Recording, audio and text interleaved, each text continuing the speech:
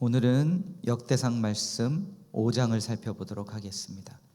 역대상 말씀 5장 18절을 펴시면 되겠습니다. 역대상 5장 18절 말씀 구약성경 616쪽에 있습니다. 역대상 말씀 5장 18절부터 22절까지 제가 봉독해 드리겠습니다. 르우벤 자손과 갓 사람과 므낫세 반 지파에서 나가 싸울 만한 용사 곧 능히 방패와 칼을 들며 활을 당겨 싸움에 익숙한 자는 44,760명이라. 그들이 하갈 사람과 여두르와 나비스와 노답과 싸우는 중에 도우심을 입었으므로 하갈 사람과 그들과 함께 있는 자들이 다 그들의 손에 패하였으나 이는 그들이 싸울 때에 하나님께 의뢰하고 부르짖음으로 하나님이 그들에게 응답하셨음이라. 그들이 대적의 짐승 곧 낙타 5만 마리와 양 25만 마리와 나귀 2,000마리를 빼앗으며 사람 10만 명을 사로잡았고 죽임을 당한 자가 많았으니 이 싸움이 하나님께로 말미암았음이러라. 그들이 그들의 땅에 거주하여 사로잡힐 때까지 이르렀더라. 아멘. 역대상 말씀 5장에서는 르우반, 갓, 므낫세 반 지파의 자손의 족보가 나옵니다. 이 지파들의 족보들을 보면요, 아쉬움과 안타까움이 그 안에 있습니다. 왜냐하면 이 지파들의 스토리 안에는 실패의 스토리가 담겨 있기 때문입니다. 5장 1절을 먼저 한번 보시면 5장 1절은 르우벤의 지파에 관해서 이렇게 말씀합니다. 이스라엘의 장자 르우벤은 장자 지파입니다. 그런데 이스라엘의 장자 르우벤 지파에 관해 이렇게 말씀합니다. 이스라엘의 장자 르우벤의 아들들은 이러하니라. 르우벤은 장자라도 그의 아버지의 침상을 더럽혔으므로 장자의 명분이 이스라엘의 아들 요셉의 자손에게로 돌아가서 족보의 장자의 명분대로 기록되지 못하였느니라. 이것은 창세기에 일어난 사건을 돌아보고 있습니다. 아버지와 형을 속이고 달아난 야곱 기억하시죠? 그 야곱이 외삼촌 라반 집에 머물면서 두 딸 레아와 라헬들과 결혼을 하게 되죠. 삼촌에게 속아서 두 자매들과 둘 다 결혼하게 됩니다. 그런데 그 레아와 라헬에게 여종들이 각각 있었습니다. 빌하와 실바라는 여종들인데요, 이 두 여인들이 아이를 낳기 위해서 자신의 여종을 남편에게 주어서 야곱에게 주어서 아이를 낳게 합니다. 요즘 시대에는 일어나지 있는 일은 아니지만 우리 한국 민족의 역사만 봐도 가정들 안에 이런 일들이 종종 있었죠. 특별히 아들을 못 낳거나 한다면 그런 식으로 이렇게 여종들을 주었던 겁니다. 그래서 결국 야곱은 네 여인들을 통해서 자식들을 낳게 되고 그래서 난 12아들들이 12지파가 됩니다. 그런데 창세기 말씀을 보면 르우벤이 그 아버지의 첩과 동침했다고 기록하고 있습니다. 물론 이것은 성적인 유혹에 넘어간 것도 포함이 되겠지만 그 당시 문화 가운데는 그 이상입니다. 왜냐하면 그렇게 행했다는 것은 그 아버지를 향한 도전이기 때문입니다. 내가 그 자리를 차지하겠다는 그런 상징적인 행동이기도 합니다. 장자인 르우벤이 또 장자이기 때문에 어떤 면에서는 자기가 가지고 있는 장자권을 잘 알고 있었을 것이고, 그렇기 때문에 다른 아들들에 비해서 더 아버지에게 도전하려는 마음이 충분히 있었을 수도 있습니다. 그래서 그는 아버지의 그 여인 첩과 동침을 하게 되고 이러한 범죄를 행하게 됩니다. 그 결과가 무엇입니까? 그 다음 5장 2절을 보시면 이렇게 말씀합니다. 유다는 형제보다 뛰어나고 주권자가 유다에게서 났으나 장자의 명분은 요셉에게 있으니라. 르우벤이 장자권을 빼앗기게 됩니다. 왕권의 축복은 유다에게 주어지게 되고요, 장자권에 준하는 그 축복은 요셉, 그리고 특별히 요셉의 두 아들들에게 주어집니다. 창세기 말씀 기억하시면 야곱이 죽기 전에 자식들을 축복하면서 그 요셉의 아들 므낫스와 에브라임의 손을 얻는데 이렇게 차남의 머리를 축복하는 그런 내용 기억하시죠? 그래서 그 장자권에 준하는 축복은 요셉의 두 아들들에게 주어지게 됩니다. 여러분, 장자들에게 주어지는 권리들이 있습니다. 장자들에게는 장자의 권위가 주어집니다. 재산을 상속하는 권위가 주어지고요, 계승을 하는 권위가 주어집니다. 하지만 장자권에는 두 가지가 포함되어 있습니다. 권리만 있는 것이 아니라 그 안에 책임도 함께 있습니다. 장자권은 책임을 다하는 자에게 주어지는 권리입니다. 장자이기 때문에 그냥 권리가 주어지는 것이 아니라 책임을 다하는 이들에게 따라오는 것이 장자권의 권리입니다. 여러분, 권리는 원하는데 책임을 거부하고 있지는 않으십니까? 그 권리를 얻기 위해서는 그 책임을 다해야 하고요, 내가 그 권리를 누리기 위해서는 그 권리에 따르는, 그 전에 전제되는 그 더 어려운, 장자가 아닌 이들이 하지 않는, 그들은 해도 되지 않는 그 책임을 다하는 이들에게 주어지는 것입니다. 영적인 권리, 축복도 그렇고요, 우리의 삶 속에 주어지는, 우리에게 주신 포지션들에 주어지는 그 권리도 마찬가지입니다. 나를 지도자로 세우셨습니까? 그래서 지도자에게 주어지는 권리를 행사하고 싶으십니까? 왜 내가 지도자인데 나에게는 영향력이 없습니까? 한번 질문해 보십시오. 그 나를 따르는 이들이 하지 않고 있는 책임, 내가 해야 되는 2배, 3배, 4배 더 해야 되는 그 책임을 나는 지고 있습니까?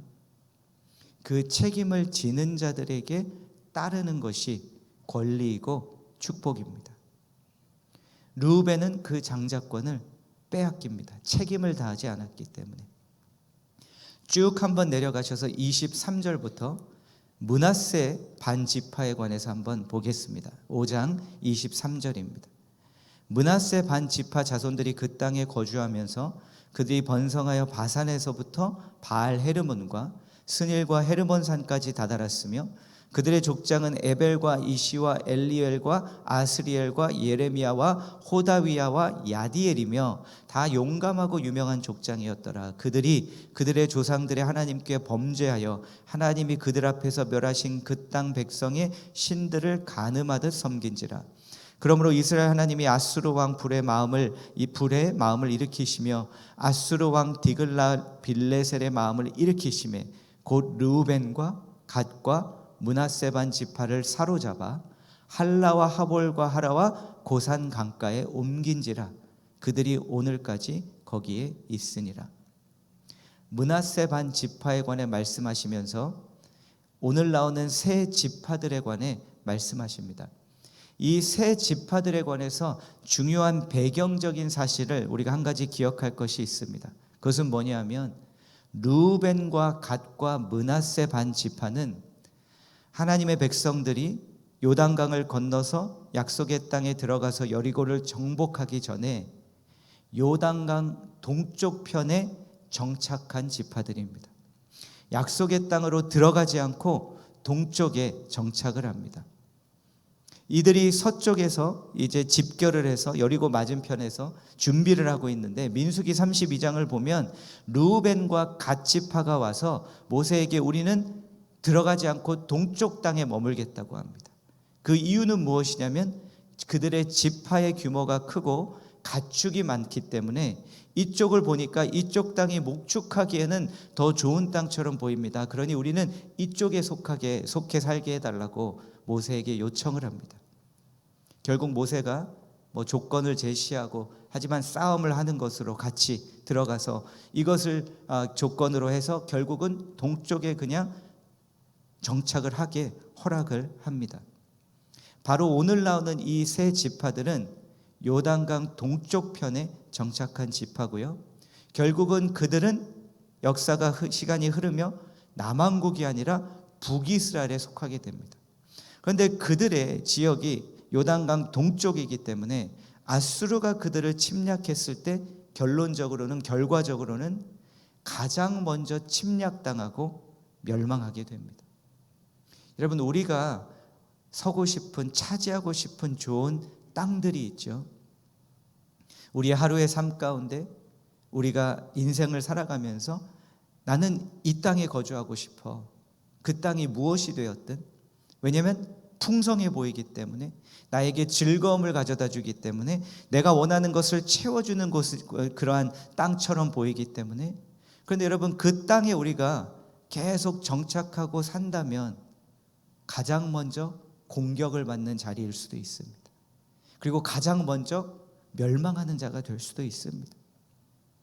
어느 땅에 내가 정착을 해야 할지 오늘 하루, 이번 한 주 살면서 잘 살펴보시고 그 땅에 거주하시기 바랍니다. 그 땅이 어떤 땅이 되었든, 내가 거주하는 땅이 무엇입니까? 어떤 곳입니까? 그 땅에서 뭐 합니까?